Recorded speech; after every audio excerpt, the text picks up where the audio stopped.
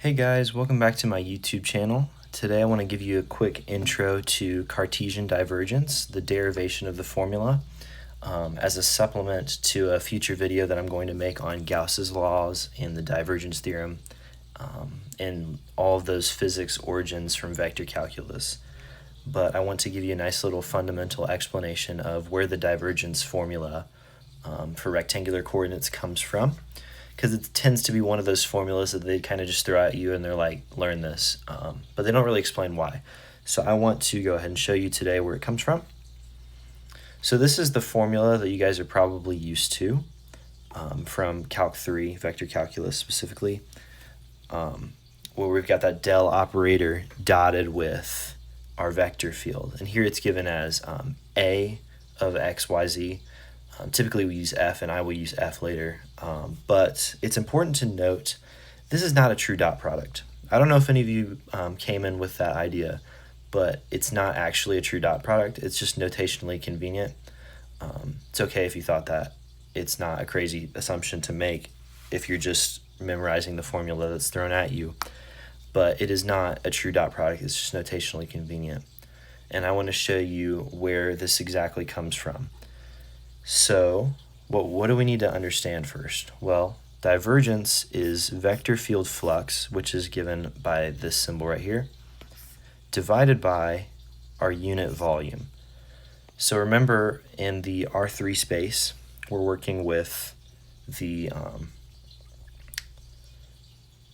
unit tiny little itty bitty cube, right?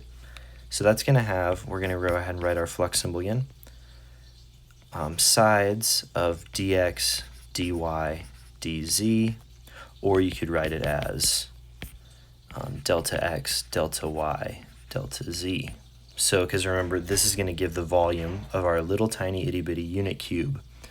So now, let's go ahead and get to work deriving this. For now, I'm just going to do the x direction because it's the exact same procedure for the y direction and the z direction. But it's much easier to just go ahead and demonstrate it in one and then let you figure out the rest. But so what do we need to understand? Well, first, we're dividing by that unit volume, delta x, delta y, delta z, because we're trying to get our flux divided by our unit volume. Well, where's our flux going to come from? It's going to come from the vector field. So right now, in the x direction, we're just working with those two squares that make up the sides of our cube that are orthogonal with our x direction, okay? So that's going to be the two squares with the side lengths delta y and delta z. And remember, that will change when you're working with the other directions, other dimensions. But so flux, remember, is the amount of vector field, the amount of stuff going through an area.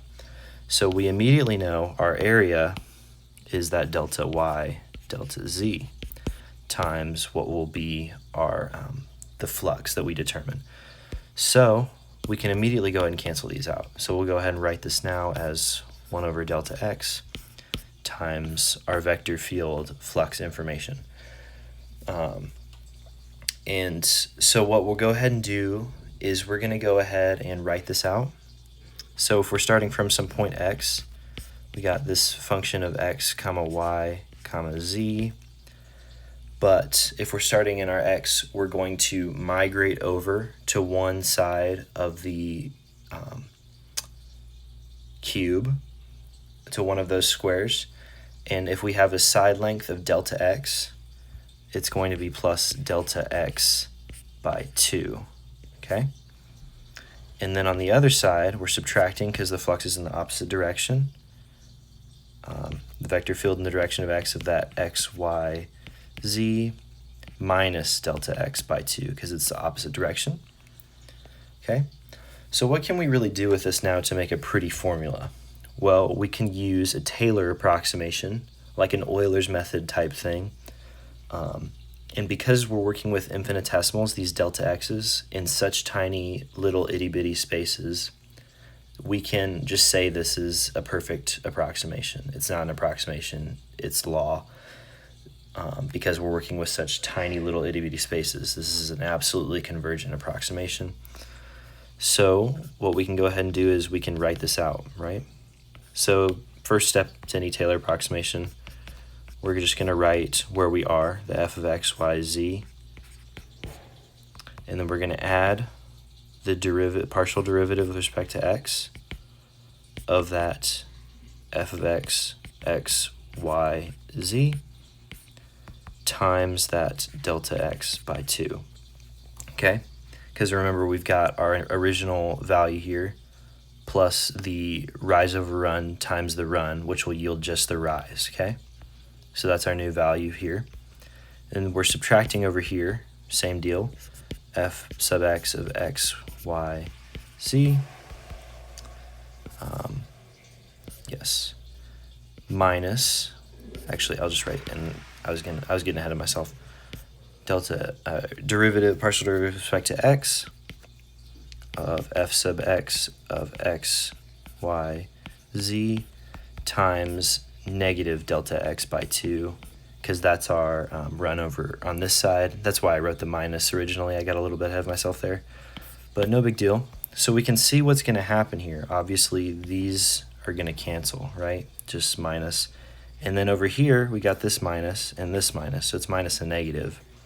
So we're going to end up, when we add those up, 1 over delta x times the partial derivative with respect to x of the vector field x, y, z